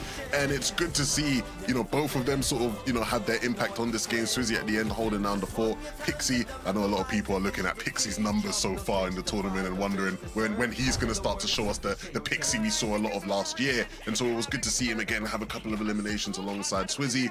These guys are heating up and they're going to continue to rise in these standings. Well, these are 2 of the best players we've ever seen on LAN as well. So everyone who's watching, we want these guys in the top 20, and we'll see if they can sustain. They just need a couple of really banging end games to make it. So let's head to a break. We'll see you in a few.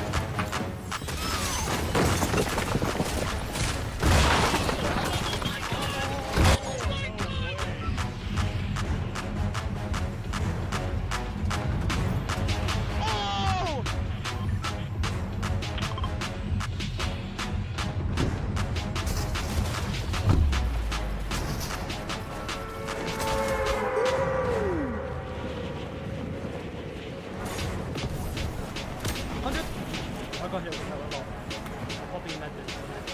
Wait, sure. Got 6 build? No, back up. Wait, if you're med, wait. 100! 100! Oh my god! Oh my god! Oh my god! And I don't know how to feel about it. They're not used to losing. Getting beaten? Not like this! These players are just so locked in. Could it be the milk?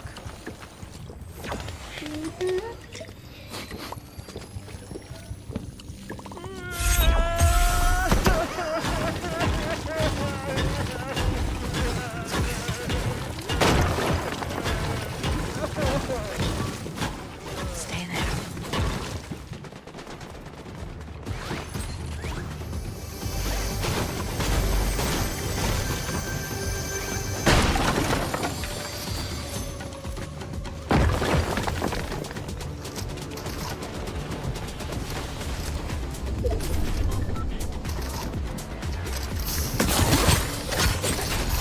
We are about to enter the final quarter of the Major 1 finals in Europe, and it might not be all change at the very top of the leaderboard, but things are starting to shuffle around in that top 20, and that's where our eyes have to be on because of qualification for the Major 1 Summit in Düsseldorf. So if you look to the big names on the board, Garm and Demon did not have a great start yesterday, but a few great early games has managed to take them into top 10 contention, and you can see there in 16.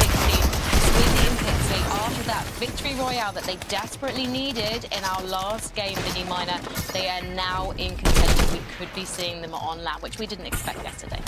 Really big for these guys. It's actually nice not to have to scroll down all the way on the league to see them. We only need to. We might not have to after this next game. Who knows? But yeah, really nice to see these guys rising up the standings. We all knew it was potential. We all knew they had the potential for it. It was almost like a what the heck yesterday? What's going on here? Really shocking. They fixed a lot of their mistakes and of course now found that winning formula as well. Really happy for these guys, and actually, hopefully they'll make LAN because they're a team that you want to see on LAN, and you know they're going to perform. Well, let's take another look at the leaderboard. That was surely most in the performance zone. They've been asking for this. They've surely been setting up Seek, and yet they are in 4th now. They've actually been overtaken by Shortfall and Repairs, who are my favourite revelation of day 2. Yeah, we keep talking about them because they keep on surprising us.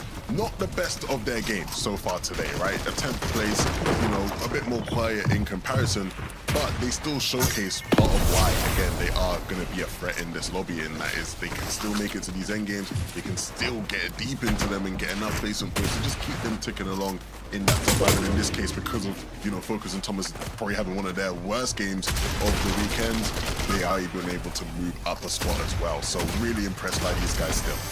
Yeah, we haven't really seen them in this position before, right? This is a completely new situation for them to be in terms of the leaderboard. So excited to see what they can actually do in under these circumstances. 3 more games left for them. That was a little bit more favorable zone for them as well, a little bit further south to the end there, and of course Battlewood Boulevard. So, you know, it's kind of answered a couple of our questions about maybe this is a zone thing, because even for TomatoHead, a little bit closer, worse performance. Ooh, what's that going to mean for the rest of the games? Who knows?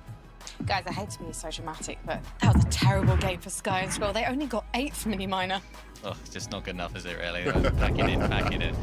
No, it's nice. It's good to see these guys still performing well, even when they're not doing what we know they can do. But again, it's just another consistent end game. I feel like we can sort of cookie cutter every single time we come out of one of these games and talk about them. Nicely done from these guys again. Nicely done on these pre-edits as well. It's nice to see teams still using those to their advantage, and a favourable zone for them, Levin, with the fact that it pulled right towards Battle Boulevard answers that question of what happens if they do get to the favourable zone. They're still popping. Yeah, these guys, I'm not worried about them at all, right? A top 5 is exactly what they've been doing all weekend long. They get another top 5 there. A bit unfortunate, right, with the overdrive, with how Swizzy and Pixie were so active. Sky ends up just getting beamed from above. You know, honestly, I was hoping he'd be able to even stay alive and maybe squeeze out a couple extra bits of placement. But this is the thing, it's a relentless tournament, because even with how good they are, they must be getting frustrated at the fact that Chino and Pablo just refuse to fall off, right? They refuse to allow this tournament to just pass them by, and so they continue to be a threat in this one. We questioned whether or not they'd be, you know, able to continue these types of performances when Zone isn't pulling directly on their POI. They must have just shut everyone up there right now, because this was still the type of game we've been seeing from them all weekend long. Yeah, lovely to see. They're outperforming Sky and Scroll in that last game. That's exactly what they need to do. Find eliminations along the way as well, which is exactly what we know that they can do. And they just got to keep chipping away now. They can't get too ahead of themselves. They got to keep chipping away. As we saw it yesterday, we saw Sky and Scroll did have a little bit of a wobble. It was their last game of the day yesterday. They are prone to it. They're not absolutely immune to having a bad game. So Gino and Pablo have got to just keep themselves calm, keep themselves in these end games, keep finding these top threes like they have been. It's been pretty good. And Yeah, big it's ups to Chino interesting. there. Just Yeah. because, we all highlight, how amazing Pablo is as a solo clutcher. Chino really pulling out some of his best stuff there, able to get a top 3 from that situation. Yeah, 62 points difference between first and second right now. It really is another battle of the days. I feel like we're so used to them now in FNCS. But also when you look at the numbers, average eliminations for Sky and Scroll 4.89. Gino and Pablo, it's only 4.11. I say only, not much of a distance, 4.11. It's very similar when it comes to average placement as well. There is like more of a percentage. I'm very bad at maths, as you can tell. I should not be doing this on the broadcast. But basically, what I'm trying to say is it's a very slim difference between these two teams, and the next game could make all the difference. So let's head into game number 10. Thank you, Frankie. It must be difficult. Pablo Chino getting top 10 every single game today, and it's still not enough, but I also want to think back down to top 20. Putty Fishy now in 21st place. It swapped again with Sharkantini. Well, Sharkantini swapped way higher up than they have, unfortunately, but they are where Sharkantini started off today in. We also have Noah Riley and Reason, a duo that I'd like to see at the Summit 1 LAN in Germany. Hopefully they can make something happen here. Even Chat Flixie are in 17th. Assault, Ifrozy. We've got so many of these big duos that are just right on that cutoff, and we're getting closer and closer, Taco, to the end. Yeah, and right now it's all about what's going to happen next because Game 10 is ready to go.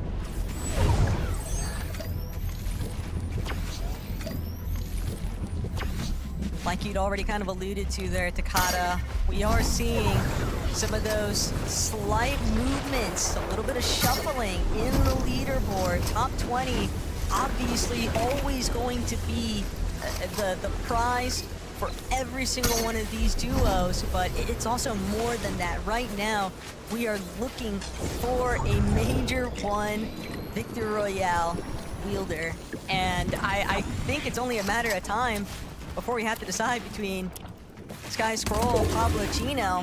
Before that, Pixie, Swizzy, just looking to wipe out Dark Dominion. They've been very aggressive up against Truly and Gonzo. So many people were so surprised at the way that this conversation had kind of gone yesterday. But Swizzy and Pixie, they have really just turned things around. Gotta be careful though, Swizzy has been cracked. Pixie's gonna have to rack up his eliminations here. Good news is they are together. They got the initial knock, and Gonzo now gonna do what he can to bring Truly back. He should actually have time, so we'll see how this one closes out. Just took Swizzy a couple more moments longer than what he would have liked, but Pixie's still able to open up with a separate angle here. Oh. Truly does take a big chunk, but it's just not good enough. Swizzy and Pixie might have taken them a couple moments longer, but they still managed to close things out. Zippy and Jerdy, though, already looking to try and capitalize. Don't want to give Pixie and Swizzy an opportunity to sort of heal back up, but a couple seconds sooner, maybe that goes in Zippy's favor. Right now, though, that won't be the case. Nebs, Nathan, they have to do the same sort of 180.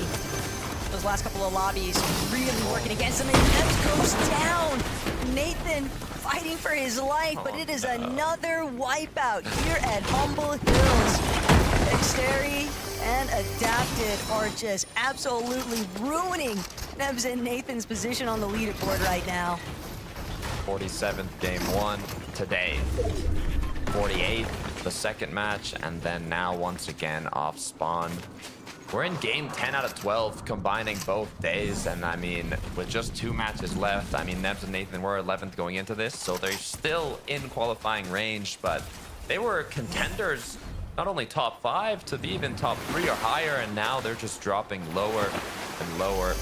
But, I mean, once they make it off spawn, they have had some very incredible performances, so with 2 opportunities left, I'm hoping that they can make it happen. It's unfortunately just seeming a little bit more like what would happen to them in some of those Div Cup finals during the offseason. You know, they get off to... They know how to be consistent. That's where it hurts. They're obviously good players at holding their own and finding solid placements, but you gotta make sure that you're doing it for every single lobby from this point out. Top 10, there's obviously some pretty big changes when it comes to the prize pool overall. It's not just the Axe of Champions that's up for grabs here, after all.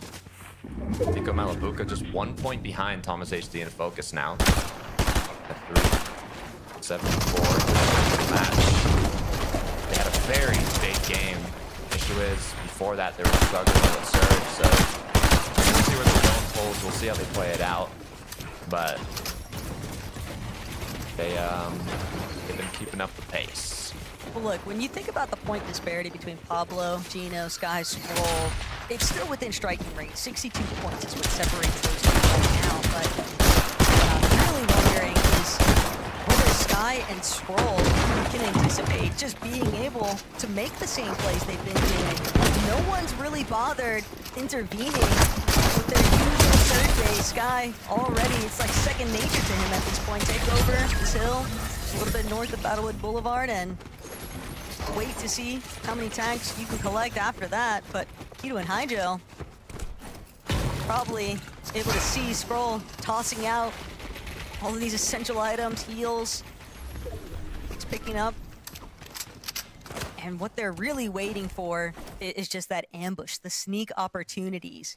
They know that these two players are separated, and what I was going to ask Takata is, if you're Pablo Chino, do you play for big eliminations, or do you play to try and take Sky Scroll out early? Because I think that's the only way that we're going to see somebody overthrow them in first place. They've got to go down sooner than what they have been. Otherwise, they're going to make it into the top 10 every endgame.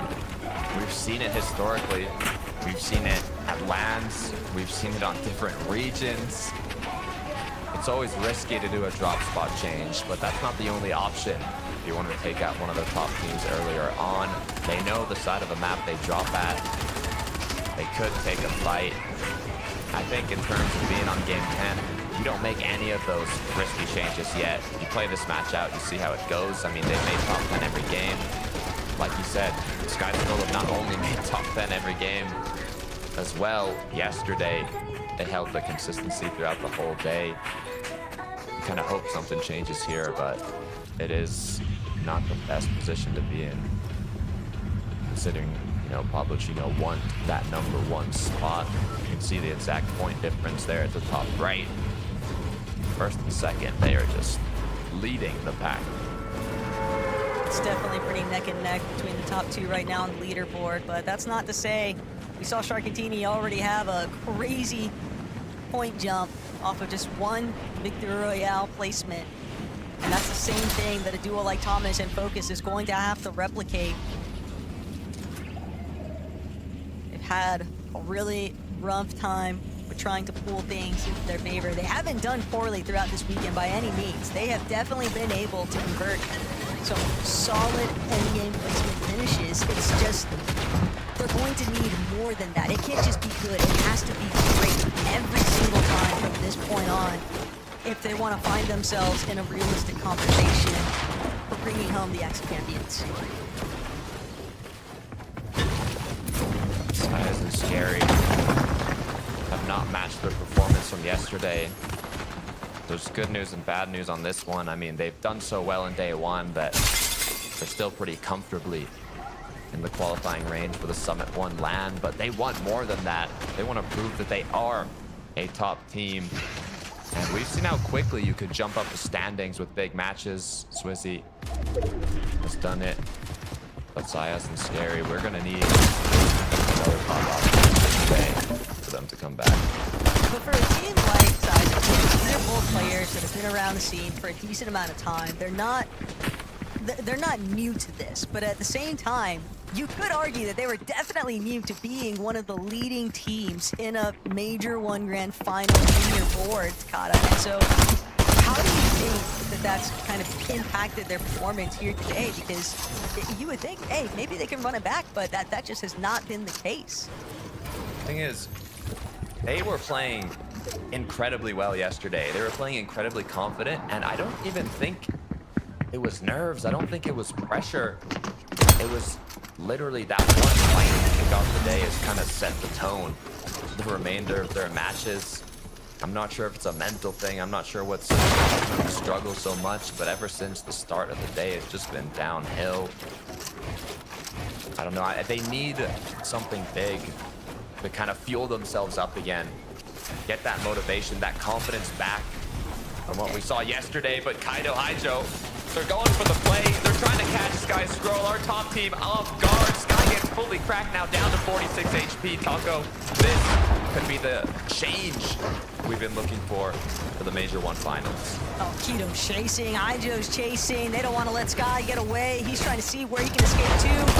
Face off that red head signal. He's heading straight deeper into the storm. Scroll trying to see if he can play catch up, but this is a tough position now. Kito and Haijo, how badly do you want it? Because for Sky and Scroll, and this is definitely going to put a huge hiccup into their overall game strategy. They might be looking to see what else they could steal from inside of this third base, knowing that there's got to be some white fields possibly stuck left waiting, but no, Scroll! That was the intent! He just stole everything. He took all of the white heals with him. And for Kito and Haijo, this is just completely blown up in their face. They needed to get that elimination. And just missing out is not going to put them in a position to where it might be difficult for them to even escape Battlewood Boulevard in the first place. Yeah, the reverse heist from Scroll. Just taking the pizza, taking all the whites. Yeah, you can see it happen right here. Splashes. That was yeah, everything. They had medkit, splash, and pizza. He just threw it all. That's a little hiccup for Sky and Scroll, but I mean, to be fair, seeing that both players are still up, it should be a pretty easy regroup, and they can continue on forwards.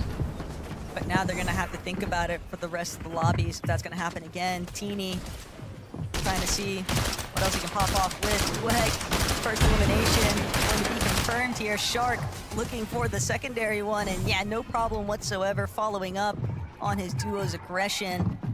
So a good, solid couple of eliminations to kick things off here, game 10, but now kind of trailing back on over Pablo Chino. We saw them sort of leaving Sandy Strip pretty early on, and they made sure to head a little bit further north. They in a box. Solid spot, though, for the time being. Got a zone pulling more north here. I'm thinking of Chap and Flixie right now. They have been kind of dropped down to 17th place on the leaderboard.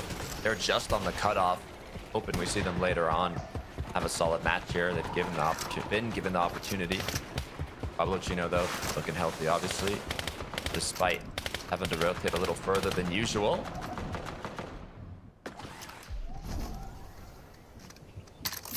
Oh, man. It just keeps getting worse, though. Over by Battlewood Boulevard. Sky trying to make his way on over. Kito and Haijo punished very heavily for their failed execution of that sneak play onto Sky.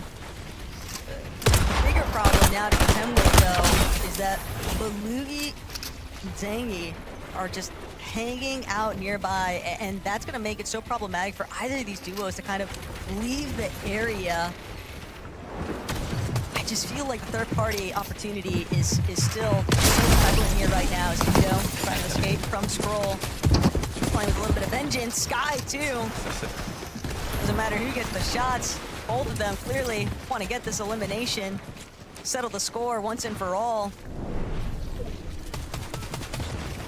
I don't know if you'd consider it revenge, but either way,